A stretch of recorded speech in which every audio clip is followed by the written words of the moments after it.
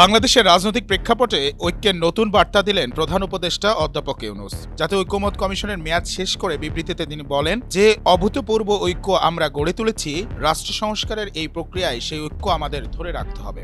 জুলাই জাতীয় সনদ প্রণয়ন বা বাস্তবায়নের মধ্য দিয়ে বাংলাদেশ রাজনৈতিক ঐকমত্যের নতুন দিগন্ত উন্মোচিত হয়েছে। ডক্টর ইউনূস বলেন, এই সনদ কেবল একটি দলিল নয়, এটি আমাদের ভবিষ্যৎ রাজনীতির পথ নির্দেশক, যা গণতন্ত্রকে সুসংহত করবে। তিনি উল্লেখ করেন, অতীত রাজনৈতিক সংকট সমাধানে বিদেশিদের মধ্যস্থতা দেখা গেলেও এবার বাংলাদেশের দলগুলো নিজেরাই ঐকমত্য পৌঁছেছে, এটাই সবচেয়ে বড় অর্জন। প্রধান উপদেষ্টা কমিশনের সহসভাপতি অধ্যাপক আলী রিয়াজ সহ সদস্যদের ধন্যবাদ জানিয়ে বলেন, আমরা দেখিয়েছি জাতি হিসেবে সংকট আমাদের এক করতে পারে। তিনি সতর্ক করে দেন, ফ্যাসিবাদী গোষ্ঠী এই ঐক্য ভাঙার চেষ্টা করছে, তাই ঐক্য ধরে রাখাই হবে সবচেয়ে বড় চ্যালেঞ্জ।